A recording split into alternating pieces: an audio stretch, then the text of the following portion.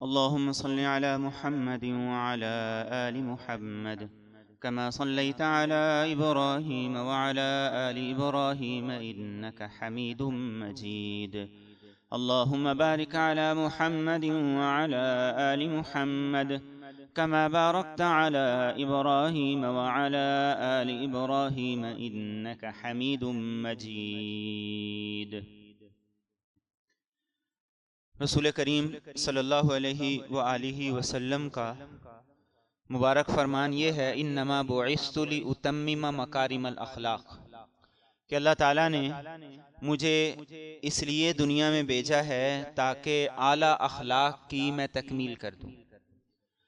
اخلاق کی ہر پیغمبر نے تعلیم دی ہے، ہر پیغمبر نے اپنی امت کو اچھی خوبیاں، اچھے اوصاف اپنانے کا حکم دیا ہے، لیکن رسول کریم صلی اللہ علیہ وآلہ وسلم فرماتے ہیں کہ اعلیٰ اخلاق کی تکمیل کے لیے مجھے بھیجا گیا ہے، یعنی وہ خوبیاں جو پیغمبر لے کر آئے، جن خوبیوں کے ساتھ پیغمبر دنیا میں مبعوث ہوئے، ان خوبیوں کی میرے ذریعے سے اللہ تعالیٰ نے تکمیل کر دی۔ گویا کہ دین کی تکمیل میں ایک وصف یہ ہے کہ اس دین کی خوبیاں بھی مکمل ہیں۔ کوئی ایسی خوبی جو اس دین میں نہیں ہے وہ دین ہی نہیں، چاہے معاشرہ اسے کتنا ہی پروموٹ کرے، کتنا ہی اچھا کیوں نہ سمجھے، اور معاشرے میں ان چیزوں کو کتنی ہی اہمیت کیوں نہ دی جائے، اور جو خوبی اس دین کے اندر موجود ہے اگر وہ معاشرے کے اندر موجود نہیں ہے تو یہ اس معاشرے کی تباہی اور اس کے زوال کی علامت اور نشانی ہے۔ اور ان خوبیوں اور اوصاف میں سے جسے رسول کریم صلی اللہ علیہ وسلم نے فرمایا ایک وصف ہے حیا۔ ایک حدیث طیبہ میں آپ فرماتے ہیں کہ الایمان بضع و سبعون شعبہ، ایمان ایک درخت ہے اور اس درخت کی 70 سے زائد شاخیں ہیں، یعنی 70 سے زائد اوصاف ایسے ہیں، 70 سے زائد خوبیاں ایسی ہیں کہ جو انسان کے اندر ہوں تو انسان کامل مومن بنتا ہے، جس میں ان خوبیوں میں سے جتنی نامکمل ہیں، جتنی خوبیاں اس کے اندر نہیں ہیں، اتنا اس کا ایمان ادھورا ہے۔ امام بیہقی نے شعب الایمان کے نام سے کتاب لکھی ہے جس میں ان تمام خوبیوں اور اوصاف کو ذکر کیا ہے جو ایمان کی خوبیاں ہیں۔ تو آپ صلی اللہ علیہ وسلم نے فرمایا ایمان بضع و سبعون شعبہ، ایمان ایک درخت ہے اور اس درخت کی 70 سے زائد شاخیں ہیں، اور یہ ارشاد فرمایا افضلها قول لا الہ الا اللہ، ایمان کی سب سے مضبوط شاخ کیا ہے؟ لا الہ الا اللہ کی گواہی۔ اس کے بغیر کوئی مومن نہیں، اس کے بغیر انسان کی نیکی اللہ کے ہاں قبول نہیں، اور اس لا الہ الا اللہ کے بغیر انسان جنت میں نہیں جا سکتا۔ اور فرمایا ادناہا اماطۃ الاذی عن الطریق، ایمان کی سب سے ادنا ترین جو شاخ ہے وہ ہے راستے سے تکلیف دہ چیز کو ہٹانا۔ راستے میں کوئی ایسی چیز پڑی ہے جو تکلیف دہ ہے، اس کو راستے سے ہٹانا، یہ ایمان کے اوصاف میں کیا ہے؟ ادنا اور ایک عام سی خوبی ہے۔ اللہ کے رسول صلی اللہ علیہ وسلم کی اس ایک بات جو آخری والی ہے کہ راستے سے تکلیف دہ چیز کو ہٹانا، یہ ایمان کا ادنا سا وصف ہے۔ آج اس کے حوالے سے ہم اگر بطور مسلمان کے اپنا جائزہ لیں تو ہمیں نظر آئے گا سب سے زیادہ ہم لوگ راستوں میں رکاوٹیں کھڑی کرتے ہیں۔ آج کل تجاوزات پہ آپریشن ہو رہا ہے، جگہ گورنمنٹ کی ہے اور آپ اپنی گاڑی بھی وہاں نہیں کھڑی کر سکتے، راستہ گورنمنٹ کا ہے اور آپ وہاں پہ اپنی بائک نہیں لگا سکتے۔ اور ہمارے ہاں جتنے یہ پارکنگ کے مسائل ہیں، دوسرے مسائل ہیں، یہ سارے کے سارے کیا ہے؟ ہم لوگوں کی ایذا کا ذریعہ بن رہے ہیں۔ فرمایا ایمان کا ادنا سا شعبہ، ایمان کی ایک چھوٹی سی خوبی کیا ہے؟ اماطۃ الاذی عن الطریق۔ اور پھر ارشاد فرمایا والحیاء شعبۃ من الایمان، کہ حیا ایمان کا ایک عظیم وصف ہے، حیا ایمان کی ایک بڑی مضبوط شاخ ہے۔ اور کتنی مضبوط شاخ ہے. آپ نے ارشاد فرمایا الایمان والحیاء قرنان، حیا اور ایمان دونوں ساتھ ساتھ ہیں. جس کے اندر حیا ہوگی تو مطلب یہ ہے وہ ایمان والا ہے، جس کے اندر حیا نہیں ہے تو مطلب یہ ہے کہ وہ ایمان والا نہیں. اسی لیے ایک حدیث طیبہ میں آپ ارشاد فرماتے ہیں کہ تمام پیغمبروں نے اپنی امت کو جو تعلیم دی ان میں سے ایک جملہ میں بھی تمہیں بتاتا ہوں جو تمام پیغمبروں نے اپنی امتوں سے کہا، اور وہ کیا تھا؟ اذا لم تستحی فاصنع ما شئت، جب حیا اندر سے نکل جائے پھر جو مرضی کرو. جب حیا اندر نہیں ہے تو پھر تمہیں کسی کے سمجھانے سے اثر نہیں پڑے گا، کسی کے بتانے سے فرق نہیں پڑے گا، اور یہ اس بات کی علامت اور نشانی ہے کہ ایمان اندر بہت کمزور ہے. اس لیے آپ نے فرمایا اذا لم تستحی فاصنع ما شئت. شیخ سعدی نے اسے ہی فارسی میں یوں کہا بے حیا باش ہر چه خواہی کن، بے حیا بن جاؤ جو چاہے کرتے رہو. تو آپ نے ایمان اور حیا ان دونوں اوصاف کو اتنا ساتھ قرار دیا ہے کہ دونوں ایک دوسرے کے بغیر نہیں ہو سکتے، دونوں ایک دوسرے کے بغیر پائے ہی نہیں جاتے. جہاں ہوں گے دونوں ہوں گے یا دونوں نہیں ہوں گے. اور ایک اور حدیث طیبہ میں رسول کریم صلی اللہ علیہ وسلم نے ارشاد فرمایا کہ حیا وہ وصف ہے جو تمام انبیاء میں پایا جاتا ہے. کوئی پیغمبر ایسا نہیں تھا جس میں یہ وصف موجود نہیں تھا. ہر پیغمبر اس وصف کے ساتھ اس دنیا کے اندر آیا اور اس وصف کی اس نے اپنی امت کو تعلیم دی اور اپنی امت کو اس وصف کے بارے میں آگاہ کی. اور یہ وصف جب معاشرے سے ختم ہوتا ہے تو معاشروں میں بیراروی پیدا ہوتی ہے. ایک وصف کے ختم ہو جانے سے ہزاروں قسم کی خامیاں ایسی ہیں جو معاشرے کے اندر پیدا ہو جاتی ہیں. اور یہ وہ وصف ہے کہ جس کے بغیر معاشرہ اللہ کے غضب کا اور اس کی ناراضگی کا حقدار ٹھہرتا ہے. اب دیکھیے کہ عبادات میں نماز کی کتنی اہمیت ہے، لیکن اگر کوئی آدمی ساری زندگی نماز نہیں پڑھتا، مجرم ہے، گناہگار ہے، لیکن دین نے اس کی کوئی سزا متعین نہیں کی، دین نے اس کی کوئی سزا نہیں متعین کی، لیکن بے حیائی کے فروغ کے لیے اور بے حیائی کو معاشرے میں پھیلانے کے لیے جتنے بھی کام ہیں ان کو دین نے انتہائی بری نظر سے دیکھا ہے، بلکہ کئی جرائم پر تو سزا بھی مقرر کی. اس لیے کہ یہ وہ خامی ہے جس کا اثر انسان کی ذات تک نہیں رہتا، جو معاشرے کو خراب کرتی ہے. کچھ بیماریاں ایسی ہوتی ہیں جو انسان کی اپنی ذات تک ہوتی ہیں، اور کچھ بیماریاں ایسی ہوتی ہیں جو متعدی ہوتی ہیں، جو دوسروں کو لگتی ہیں. فرمایا کہ بے حیائی ایک ایسی بیماری ہے جو انسان کی ذات تک نہیں رہتی بلکہ معاشرے کو گندا کرتی ہے، دوسروں تک پھیلتی ہے. اسی لیے رسول کریم صلی اللہ علیہ وآلہ وسلم نے صحابہ کرام کو اس کے حوالے سے بڑی اہم تعلیمات ارشاد فرمائے. بڑے اہم آپ نے اس کے بارے میں اقدامات کرنے کا حکم دیا. اور یہ وہ وصف ہے، یہ وہ خوبی ہے. رسول کریم صلی اللہ علیہ وسلم فرماتے ہیں کہ یہ وصف اور خوبی تمہارے رب میں بھی ہے. ان ربکم حیی کریم، فرمایا تمہارا رب بھی حیادار ہے، وہ بڑا کریم ہے. جب بندہ اس کے سامنے ہاتھ پھیلاتا ہے تو اللہ تعالیٰ کو خالی ہاتھ لوٹاتے ہوئے حیا آتی ہے. اسی لیے اللہ کچھ نہ کچھ دے کے اسے واپس کرتے ہیں. ہاں، اس کے دینے کا انداز وہ اپنا ہے. کبھی جو مانگا ہے وہ دے دیا، کبھی اس کے بدلے میں کوئی مصیبت اس سے دور کر دی، اور کبھی اس دعا کو اس کے لیے ذخیرہ آخرت بنا دیا. لیکن ہاتھ خالی واپس نہیں کرتا، اس لیے کہ وہ حیادار ہے. میرے اور آپ کے نبی صلی اللہ علیہ وآلہ وسلم کے جو اوصاف صحابہ نے نقل کیے ہیں، ایک وصف کیا تھا کہ کان اشد حیاء من العذراء فی خدرہا، ایک غیر شادی شدہ عورت اپنی چادر میں جتنی حیادار ہوتی تھی، ہمارے پیغمبر اس سے بھی زیادہ حیادار تھے.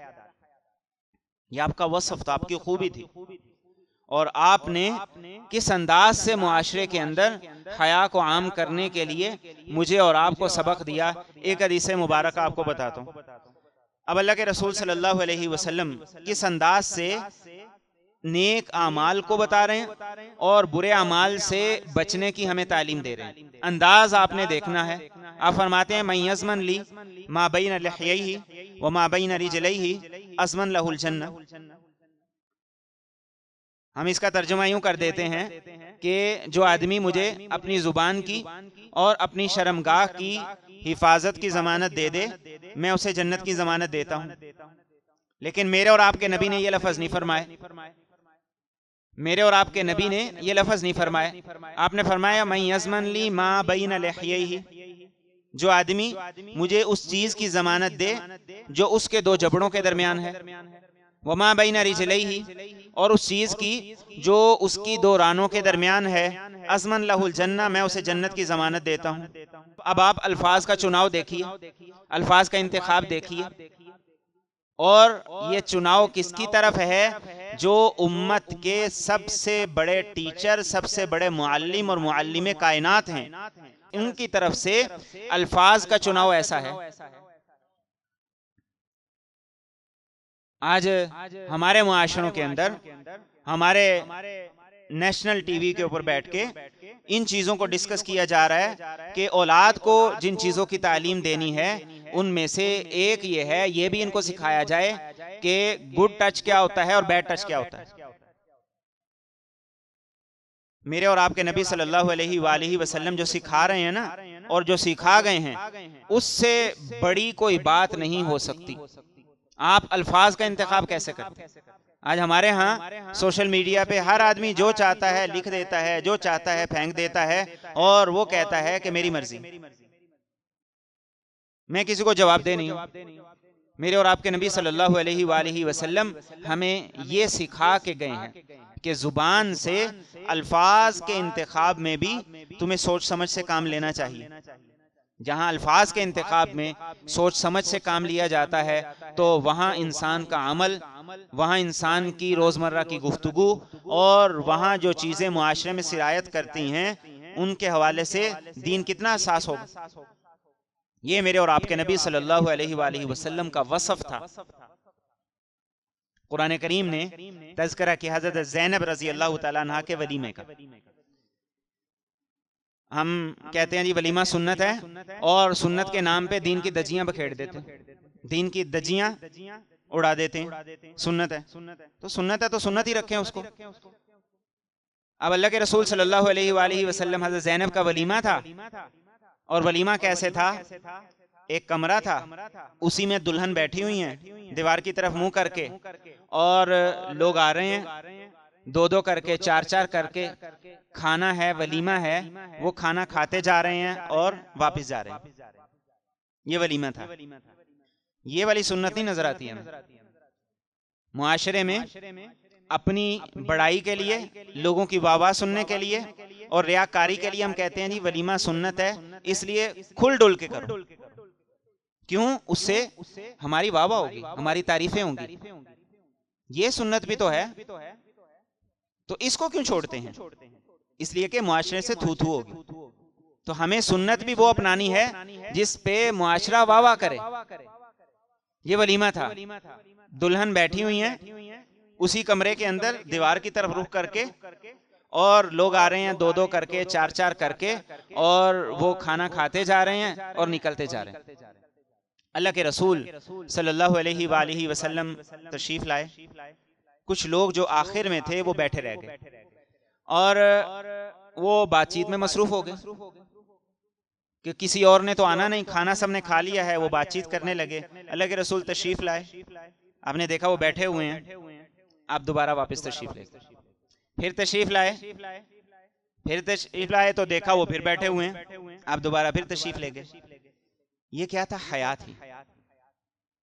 تھی کہ آپ نے حیا کی وجہ سے انہیں یہ نہیں کہا کہ کھانا کھا لیا ہے تو اب تم چلے جاؤ. لیکن میرے اور آپ کے نبی کی اتنی ہلکی سی ایذا بھی جسے آپ خود برداشت کر رہے ہیں، اللہ کو برداشت نہیں. قرآن کی آیات آگئی، وَلَكِنْ إِذَا دُعِيتُمْ فَادْخُلُوا فَإِذَا طَعِمْتُمْ فَانْتَشِرُوا وَلَا مُسْتَأْنِسِينَ لِحَدِيثٍ إِنَّ ذَلِكُمْ كَانَ يُؤْذِي النَّبِيَّ فَيَسْتَحْيِي مِنْكُمْ تمہارے نبی کو ایذا ہو رہی ہے لیکن وہ تم سے اظہار نہیں کر رہے، وہ حیا کی وجہ سے تمہیں کہہ نہیں پا رہے. واللہ لا یستحیی من الحق، اور حق بات کہنے سے اللہ کو حیا نہیں. بلایا جائے آؤ کھانا کھاؤ اور چلتے بنو. یہ میرے اور آپ کے نبی کے اندر حیا کا وصف تھا اور اتنے کمال طریقے کے ساتھ تھا. آج ہم کہتے ہیں کہ یہ وصف عورتوں میں ہو، بیٹیوں میں ہو، لڑکوں میں مردوں میں نہ ہو. حیا تمام پیغمبروں کا مشترکہ وصف تھا جس کی پورے معاشرے کو ضرورت ہے، جس کی پورے معاشرے کو ضرورت ہے، اور اس کے اثرات پورے معاشرے تک جاتے ہیں. اسی لیے رسول کریم صلی اللہ علیہ وآلہ وسلم اتنی تاکید کے ساتھ ہمیں حکم دیا کرتے.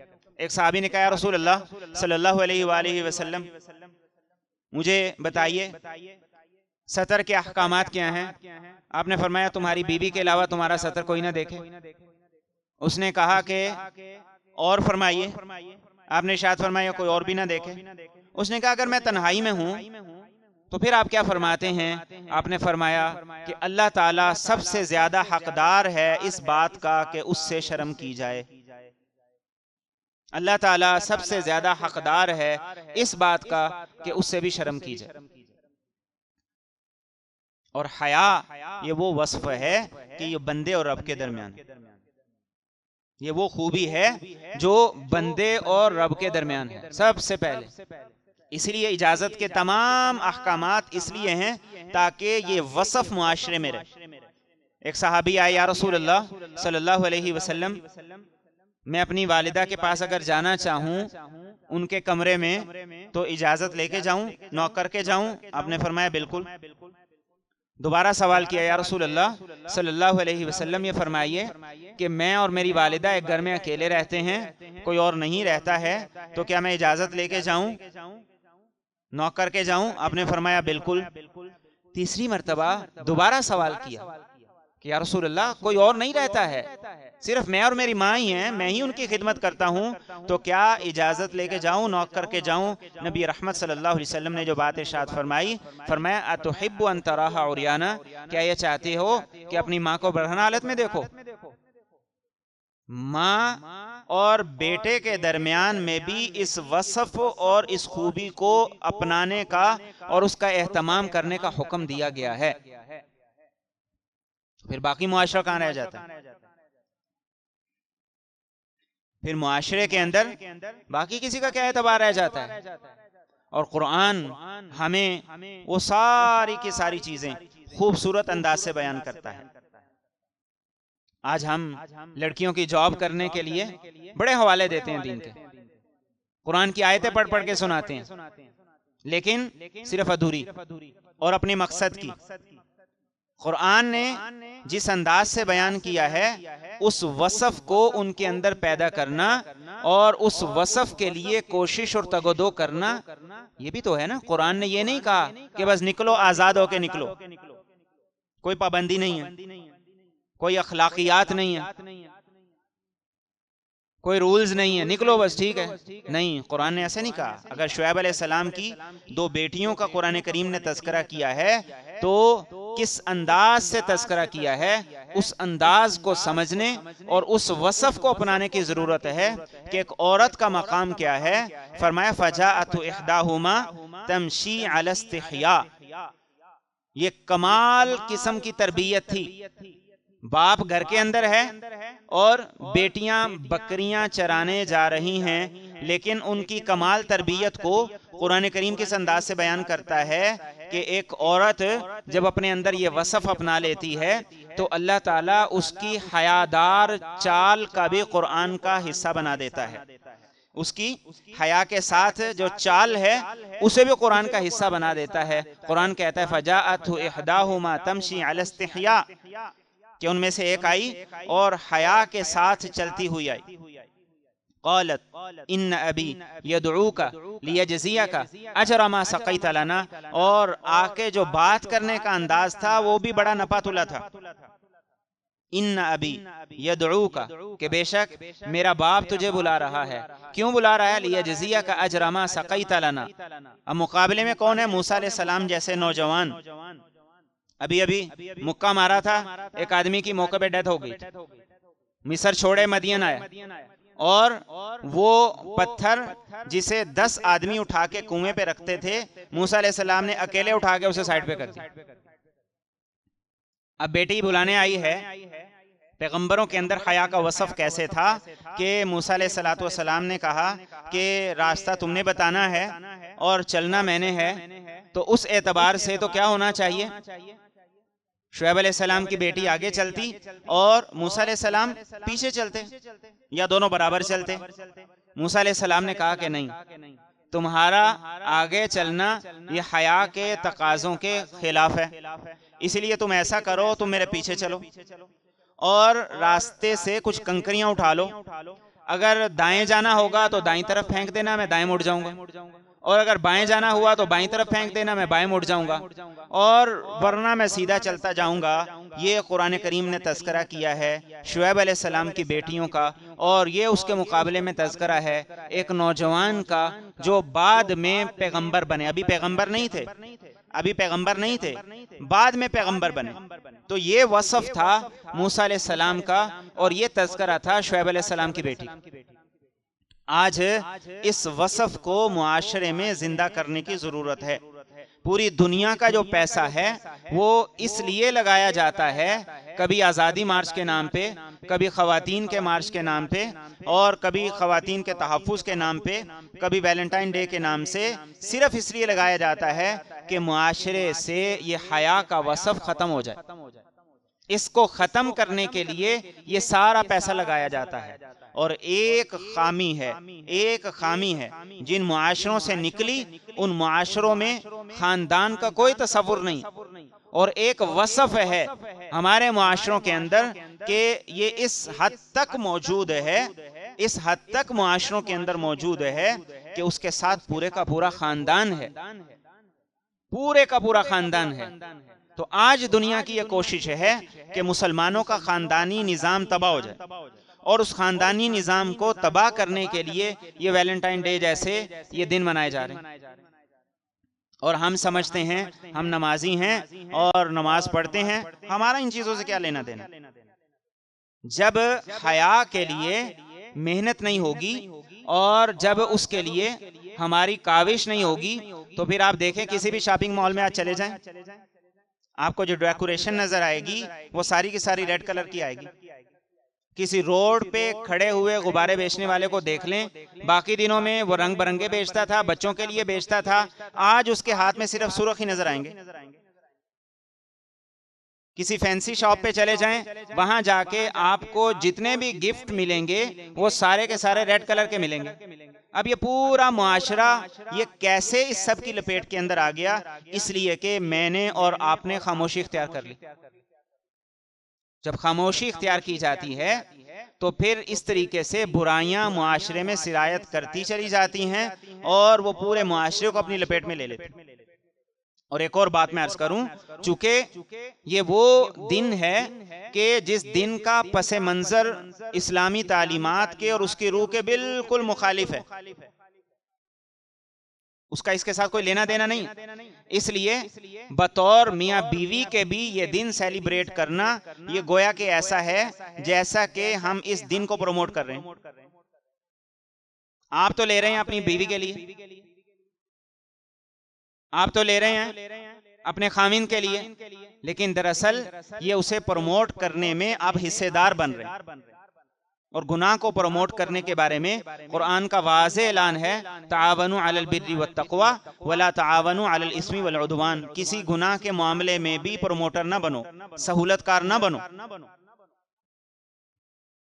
اور پھر قرآن کریم کو جب ہم پڑھتے ہیں، حضرت مریم علیہ السلام کا تذکرہ، قرآن کریم اب ان کا تذکرہ کرتا ہے، وَاذْكُرْ فِي الْكِتَابِ مَرْيَمَ إِذِ انْتَبَذَتْ مِنْ أَهْلِهَا مَكَانًا شَرْقِيًّا فَاتَّخَذَتْ مِنْ دُونِهِمْ حِجَابًا فَأَرْسَلْنَا إِلَيْهَا رُوحَنَا فَتَمَثَّلَ لَهَا بَشَرًا سَوِيًّا. حضرت مریم اب تنہائی میں رہتی ہیں، اور اس تنہائی میں تربیت کیسی ہوئی ہے؟ اس تنہائی نے کیسی خوبصورت تربیت کی ہے کہ وہ تنہائی میں جاتی ہیں تاکہ وہ غسل کریں، لیکن جبریل امین انسانی صورت کے اندر آ جاتے ہیں اور آ کے بتاتے ہیں کہ میں اللہ کا بھیجا ہوا فرشتہ ہوں اور تمہارے پاس آیا ہوں۔ اب جبریل امین کو حضرت مریم کیا جواب دیتی ہیں؟ حضرت مریم کہتی ہیں قالت انی اعوذ بالرحمن منک ان کنت تقیا، تم جتنے ہی نیک کیوں نہیں ہو اس کے باوجود میں تم سے اللہ کی پناہ مانگتی ہوں۔ تم کتنے ہی نیک کیوں نہیں ہو اس کے باوجود میں تم سے اللہ کی پناہ مانگتی ہوں۔ یہ ہے حیا کہ جب یہ وصف اندر ہوتا ہے پھر تنہائیاں بھی پاکیزہ ہو جاتی ہیں۔ یہ ہے وہ وصف کہ جس وصف نے ہمیں یہ سکھایا، معاشرے کو یہ سکھایا کہ دینداری کے باوجود اپنے اندر حیا کو رکھنا یہ ضروری ہے۔ آج ہم دیکھیں کتنے پیروں کے آستانے ایسے ہیں جہاں مرد اور عورت کے اختلاط کو کوئی برا نہیں سمجھا جاتا، جہاں اس بات کی تمیز ہی نہیں ہے کہ خواتین کا چاہے وہ پیر ہی کیوں نہیں ہے اس کے پاؤں کو ہاتھ لگانا اور اس کے آگے جھکنا، سجدے کرنا، یہ دین کی کسی ایک تعلیم سے بھی میل نہیں کھاتا، مطابقت نہیں رکھتا۔ لیکن یہ سمجھا جاتا ہے کہ چونکہ وہ دیندار ہے تو حضرت مریم کا کیا جواب تھا؟ ان کنت تقیہ، اگرچہ تم کتنے ہی پرہیزگار پارسا کیوں نہیں ہو پھر بھی میں تم سے اللہ کی پناہ مانگتی ہوں۔ آج ہمیں اس وصف کو اپنی اولاد کے اندر زندہ رکھنے کی ضرورت ہے، پیدا کرنے کی ضرورت نہیں ہے، زندہ رکھنے کی ضرورت ہے۔ پیدا تو اللہ نے کیا ہے۔ ایک 4 سال کا بچہ وہ کسی دوسرے بچے کے سامنے اپنے کپڑے نہیں چینج کرتا۔ ایک 5 سال کی لڑکی ماں باپ کے کہے بغیر اپنے کپڑے دوسرے کے سامنے تبدیل نہیں کرتی۔ یہ وصف اللہ نے رکھا ہے۔ اس کو خراب کون کرتا ہے؟ اس کو خراب ماں باپ کرتے ہیں، جو اسے شروع سے اس بات کا سبق نہیں دیتے کہ کیسا لباس پہننا ہے کیسا نہیں پہننا۔ کوئی یونیورسٹی ڈریس کوڈ کے لیے کوئی ہدایات جاری کر دے تو پورے ملک میں ہنگامہ ہو جاتا ہے۔ ایسا لگتا ہے کہ جیسے کوئی بہت بڑا جرم کر دیا۔ ہمارے لیے بس اتنی بات کافی ہے کہ ہم مسلمان ہیں، اس سے آگے کوئی بات نہیں۔ ہمارے لیے اتنی دلیل کافی ہے کہ ہم مسلمان ہیں، بس اس سے آگے نہ سوچنے کی ضرورت ہے اور اس سے آگے نہ کوئی دلیل دینے کی ضرورت ہے۔ جو مسلمان ہے تو پھر اس کا طرز عمل مسلمانوں والا ہونا چاہیے۔ شیخ ابن عثیمین بہت بڑے اللہ والے تھے اور حرم کے اندر مدرس تھے اور سعودیہ کے مفتی اعظم تھے۔ ان سے کسی لڑکی نے سوال کیا کہ حجاب کے بارے میں آپ کیا کہتے ہیں، کتنی گنجائش ہے؟ تو شیخ ابن عثیمین نے جواب دیا کہ قرآن کریم نے مومن عورتوں سے یہ کہا ہے کہ حجاب کیا کرو۔ اب اگر تم مومن ہو تو حجاب کر لو ورنہ رہنے دو۔ بات اتنی سی ہے اور بڑی سادہ سی ہے کہ ہم مسلمان ہیں۔ بس اس مسلمانی کو جب ہم سامنے رکھیں گے تو چیزیں بھی، معاشرہ بھی، گھر بھی، انفرادی سوچ بھی، اجتماعی سوچ بھی ساری ٹھیک ہو جائیں گی۔ اور جب ہم سوچتے ہیں ہمیں تھوڑا ماڈرن ہونا چاہیے، تھوڑا لبرل ہونا چاہیے، تھوڑا ایسے ہونا چاہیے، تھوڑا اپ ڈیٹ رہنا چاہیے، لوگوں کے مطابق ہونا چاہیے، تو لوگوں کے مطابق ہوتے ہوتے انسان ساری حدود کو کراس کر جاتا ہے، لیکن لوگوں کے مطابق پھر بھی نہیں ہو پاتا۔ تو ہمیں اس بات کو، اس وصف کو اپنی اولاد کے اندر زندہ رکھنا ہے اور اس کے لیے کوشش کرنی ہے۔